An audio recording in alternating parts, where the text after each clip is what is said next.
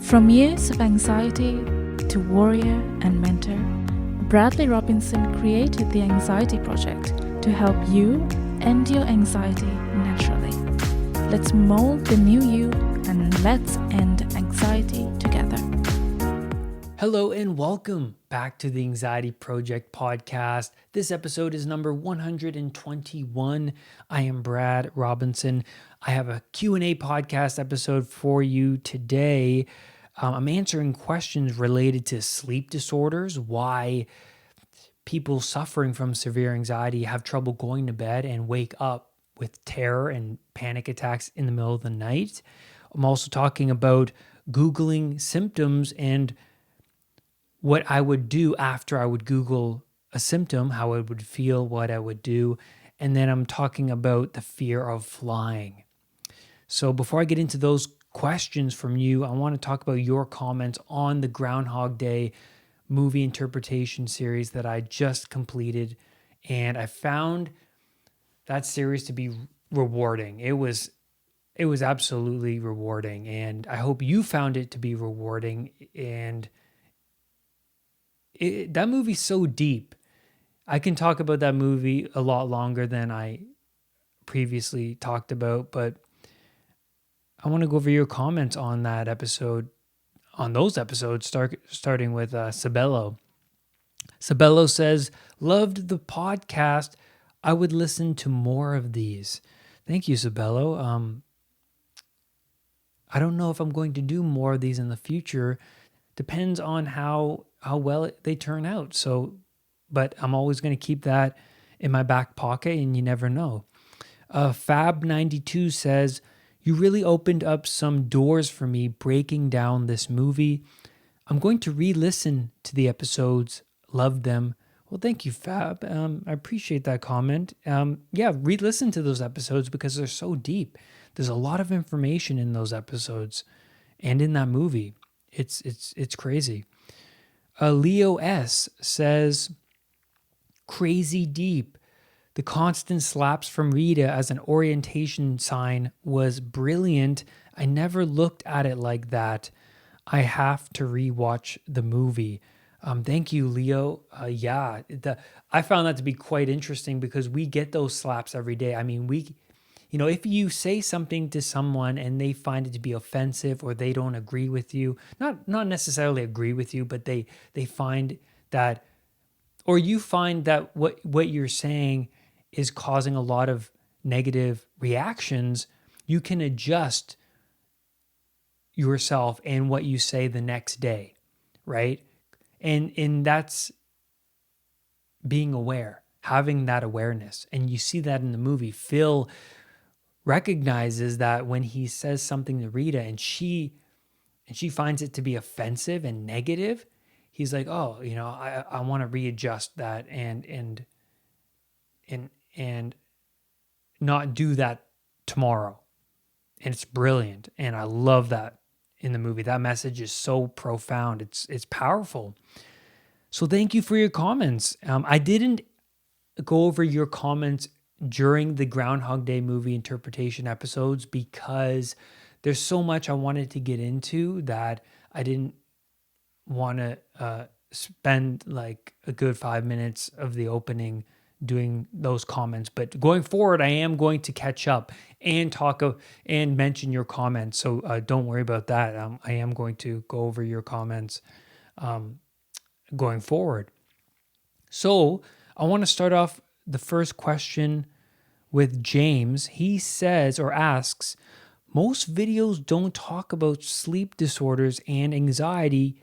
Can you talk about this? And yes, definitely. I remember when I was a kid, I used to suffer from a lot of anxiety at night because I was fearful of not getting enough sleep and then not performing well the next day, whether it was at school or I think mostly school because I was really young. I was in elementary school when I was having these anxiety attacks at night.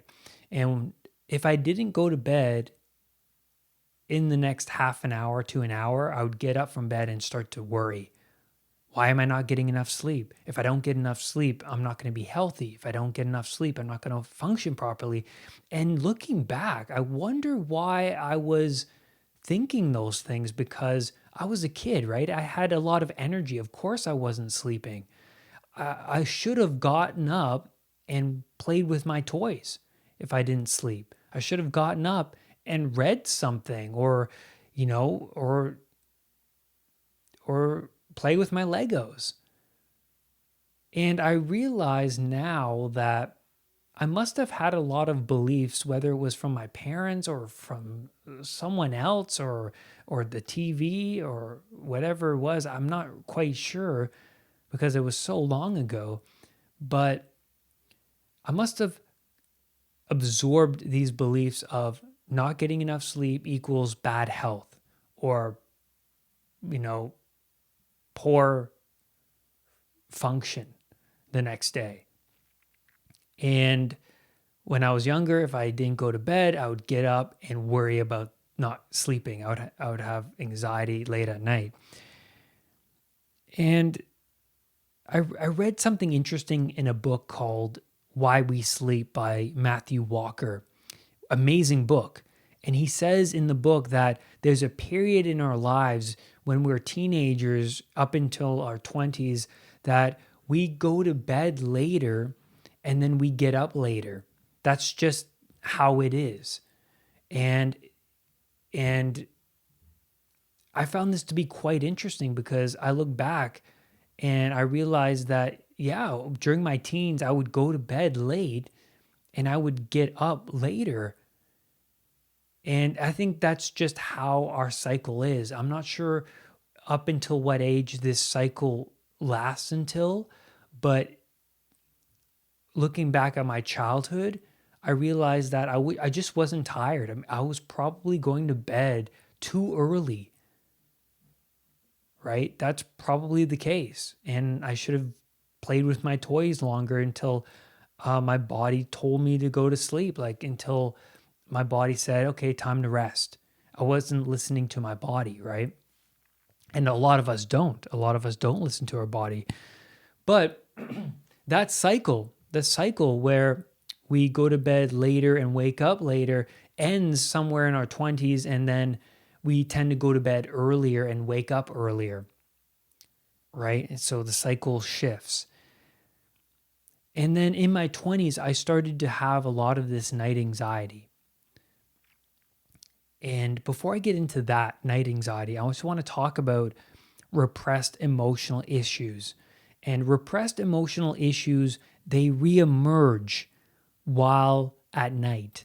So if you've been through some trauma, which we've all been through, embarrassing moments, maybe it's a divorce, maybe it's an accident, maybe you're hyper aware of something, of a symptom, and you have severe health anxiety, or whether it's a breakup or a loss of a loved one, some sort of trauma can reemerge itself when we are asleep. It can make itself known. That's like the Jaws poster. You know the Jaws poster where the woman's sleep or swimming at the top of the poster, and then there's a giant shark coming up from the depths. That's like when you're sleeping, the dragons and the monsters come out in the dark, right? And especially when we're sleeping, because that's when we're most vulnerable. And the fears that I had would wake me up in the middle of the night, because this was at the time I was struggling with health anxiety. So I was extremely sensitive over, like at this time that I was having night terrors, I believed that I had cancer. I believed that I had a UTI, urinary tract infection. I believed I had something wrong with my kidneys. And I would wake up in the middle of the night with panic. And I'm not sure what it is. Like, I felt like I couldn't breathe. I would wake up panting, and that would frighten me. I would think to myself, what if I go back to sleep and I don't wake up because I stopped breathing? And then so I would have trouble getting back to bed. I would toss and turn for most of the night. And that was a tough time in my life. So if we refuse to face these underlying issues during the day, we clearly can't face these issues at our most vulnerable self during the night. Definitely not, because we're most vulnerable. And our bodies are telling us, and my body was telling me, something needs to be figured out. Jordan Peterson, the clinical psychologist, talks about a very interesting story of his nephew. And his nephew was having night terrors. And the nephew would run up to Jordan and his sister and would talk about what he was dreaming about. And the nephew was saying, well, in my dream, there were all of these trolls with beaks, these dwarves with beaks, and they would come and attack me. And there would be this dragon. And whenever the dragon would breathe smoke and fire, more dwarves would appear and start attacking me. And Jordan was like, well, no wonder you're having night terrors. Like, that's a horrible dream. But then he said to his nephew, what can you do about that? So that's a loaded question. What can you do about that? And then the nephew was like, well, I could get a sword and shield and then slice through the dragon's throat and take out the firebox within the dragon and then use that firebox as a shield and then kill off the remaining dwarves, and then now I won't have any issues anymore. And then Jordan was like, yeah, do that. And then as soon as his nephew came up with the solution, he stopped having those night terrors because he came up with a solution. A lot of the time we're wrestling with problems and not coming up with solutions. So when we are asleep, those problems reemerge, and it's our body's way of telling us that, hey, there are these underlying unresolved issues that need to be addressed. You have to resolve them. But we grow up not knowing how to resolve them, and so we tend to repress them even more. But they keep coming back because you can't hide away from the monsters in the dark. And so as you just heard from Jordan Peterson's nephew's story, he came up with a solution and then he stopped having night terrors. He was dreaming about a problem, and since he didn't have a solution to that problem, he kept dreaming of the problem until he talked about the solution to him. And then all of a sudden, now that he has a solution, he doesn't need to, well, his body naturally says, we don't need to dream about it anymore, or you don't have to be fearful of this anymore. We've solved the problem, right? So that's just really powerful. And so I remember in my 20s, I would have a strong fear of failure, a very, very strong fear. I remember getting called into work in the film industry, and I would be like, oh my God, what if I don't get enough sleep tonight? And then I go into work tomorrow and I don't perform properly.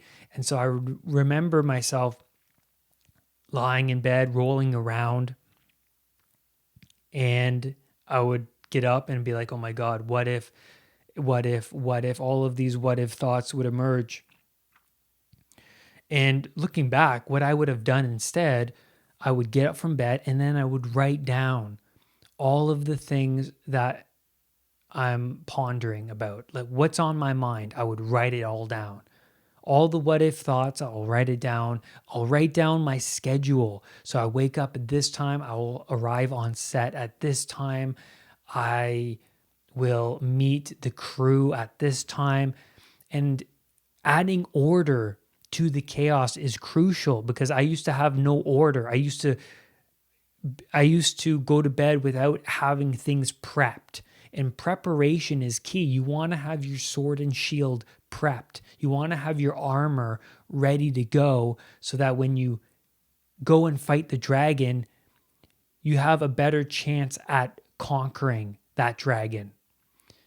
And I found that the more I would prep the night before, the more I would get things ready, the more I would write things down, the more I would spend time and relax before bed, having that time to calm down my system, to write things out, to organize the following day. I found that things were crazily better, like unbelievably better. So a routine is necessary. And if you're in that chaos, it's really important to add more order. What can you do to add more order? Like I said, write it down, write a list, write a schedule down, have the same sleep and wake times as much as you can, because we are habitual creatures. We are routine creatures. We need routine.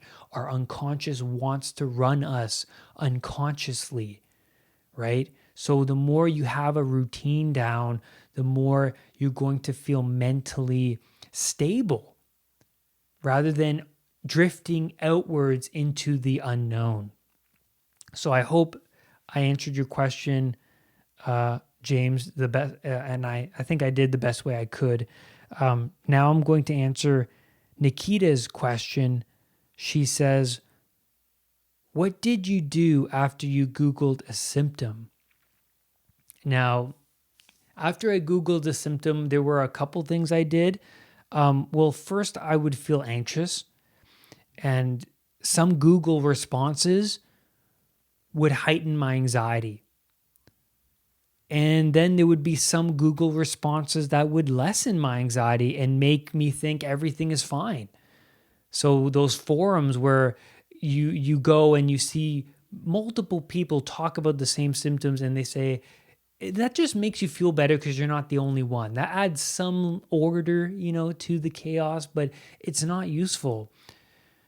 But also the question I ask myself is, why would I go back on Google after I feel better going on Google for answers?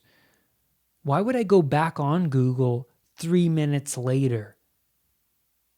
And that's because I would butt all over myself. I was butting all over myself. So what that means is I would say, but what if it's this thing? Or but what if it's that thing? But what if, and all of that what if would lead me back onto Google, even though I thought I had the answers. And I was out in the dark parts of the woods at that point. When I didn't know it was anxiety, the symptoms were related to anxiety. I was in the woods. And this is what happens when you're in the woods, right? When you're lost in the woods, you're in unfamiliar territory. And that produces anxiety because it's the uncertainty, right? And I was looking for a map, right? Googling my symptoms, I was looking for a map, right? I was in chaos. I was in unknown territory. So it's the uncertainty. And Google provides thousands of different opinions, right? So you might find one opinion that you want to settle on, but you know inside that it could be one of the other more serious opinions. So even though you found an opinion that you settle on, you know in your mind, at the back of your mind, that what if it's that other opinion? And this can lead you more into the unknown. And also, I would react to the most serious illnesses Google offered, right? Because I was unconsciously looking out for those serious illnesses because I already believed I was suffering deeply from something serious, right? I already believed unconsciously that I was unhealthy. And so I was looking for information unconsciously that was fitting with my already settled beliefs.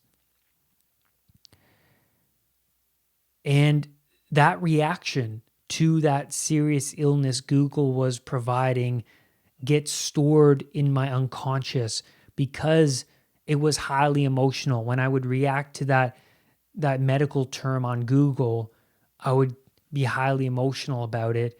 And so my unconscious would store that information because it's a potential threat.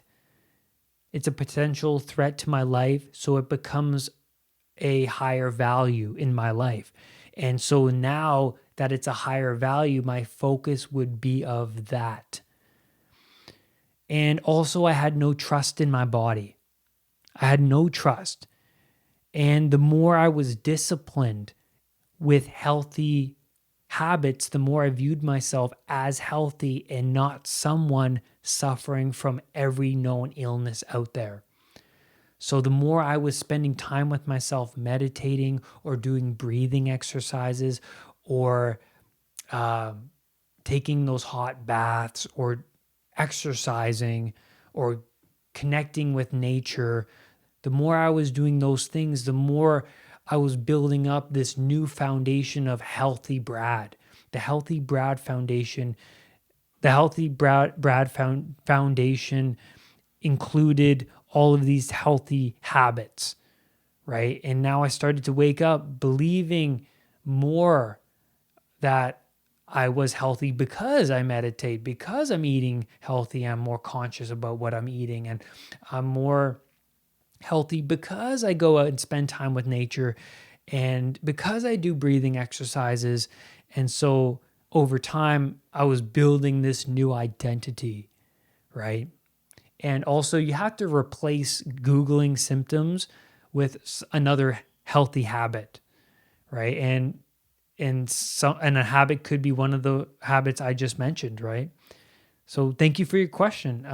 The third question I'm answering today is from Angela. She says, "Can you talk about the fear of flying?" Yes, definitely, because I remember a time when I was on a flight with Maggie and I had some anxiety on that flight. And this was during my anxiety recovery. I remember on takeoff, I would pay attention to those symptoms. The anxiety symptoms would emerge in the plane, and then it was challenge time. And at that point, I knew it was a challenge, so I knew how to handle that anxiety. But anxiety in a place that you feel like you can't get out of is quite scary. It really is. And I remember being at concerts, like at the symphony with Maggie before, and having panic come about while I was sitting there. It was silent, the symphony was playing, and then all of a sudden I would feel the symptoms, my heart racing. I would feel the shallow breathing, the tingly sensations, the shallow depth of field, and also the racing heart, the nausea, especially the nausea.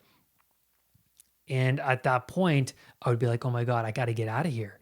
So it was enclosed spaces that I felt the most fearful of. Being in a place where emergency personnel is not close by to help you. Also being in a place where you could embarrass yourself while struggling with a health issue, right? So when I would feel that nausea, I would say to myself, oh my God, what if I throw up and I embarrass myself in front of all these people? What if I got up and left the concert venue? But how can I get up? I'll just disrupt other people's experience of the concert. So I would feel stuck there. And being on a plane, it's the same thing, but it can be even more frightening because you're in the air. There's no escaping, right? You're up thousands of feet up in the sky. It can be quite scary, but it's the same idea. It's being in those tight places.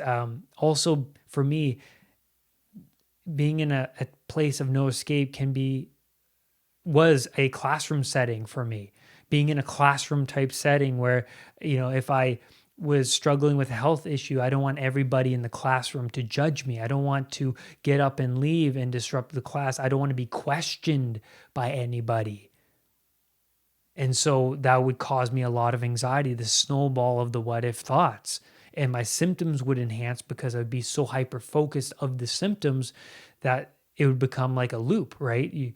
The anxiety produces the symptoms, and then your reaction over the symptoms causes more anxiety. And then the more anxiety causes more symptoms, and it's quite scary. And so, what do you do in that situation when you're on a plane?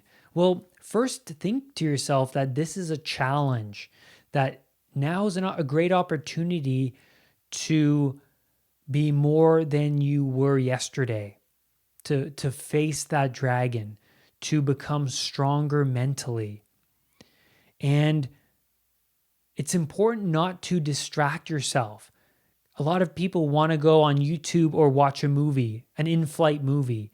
But what happens when you do that is your anxiety is still there, and you're not going to enjoy that movie at all, because you're going to watch the movie, and then 10 minutes into the movie, you're going to feel restless, and you're going to feel the symptoms, and then your mind's going to wander off, and you're going to feel more anxious. And so watching, like distracting yourself with like a movie is not a good idea.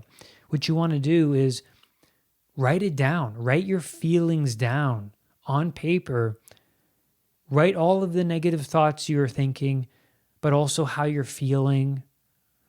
And you want to spend that time with yourself. You have to let the feelings flood into you, and you have to let them go. Because when you sit with those feelings, it's painful. It really is painful. It's hard. A lot of people don't want to do that. But when you do that, it's painful, but then it subsides more rapidly because you're facing them. You're coming into contact with them, and you're becoming more aware that even though you're feeling these feelings and these symptoms, you can't overcome them. Right? You want to be aware that you can overcome them. So when you spend time feeling those feelings and then they start to subside, and then you see yourself surviving, that's the thing. You want to see yourself surviving those symptoms. So if you're distracting yourself with a movie, you're not really seeing yourself surviving. You're coping. You want to sit with yourself and watch and witness that you can overcome pain, that you can push through this temporary experience. That's really, really important. Also, what you can do is watch a video, but not just any video. Watch a video of your mentor talking about anxiety and what to do, techniques, right? I used to listen to so many different anxiety recovery podcasts. I used to listen to a lot of self-help podcasts. I still actually do listen to a lot of self-help podcasts. But when I was going through my recovery and in times of panic, listening to my mentors talk about anxiety and what to do really helped me in times of anxiety, right? So listen to your mentors. But also you want to spend time with yourself. It's really important. You want to spend time with yourself, and you want to pay attention to your self-talk. Your self-talk can lead you down a bad road. Sometimes I had to sit with those feelings. Even while on that plane with Maggie, my fiance, being on that plane, I had to sit with those feelings. Sit with them. No matter how painful it was, and it was damn painful, no matter how scary the thoughts were, I just had to witness myself survive and get through it. And that's where I'm going to leave you on today's podcast episode. Thank you so much for your questions. If you have a question for me, please go to unpluganxiety.com. And you can ask me anything there. There's a contact page. Also, you can send me questions on Instagram. Also, YouTube. Leave a comment on YouTube. I would greatly appreciate it. And I would greatly appreciate you to rate and review this podcast on iTunes. Please go and rate and review this podcast. That would mean the world to me. And don't let anxiety define who you are. I will see you on the next podcast episode. Bye for now. Brad's powerful anxiety recovery program is available at unpluganxiety.com. The Anxiety Project program is downloadable and puts the power of anxiety recovery in your own hands. What are you waiting for? Visit unpluganxiety.com for more details. Recovery starts now.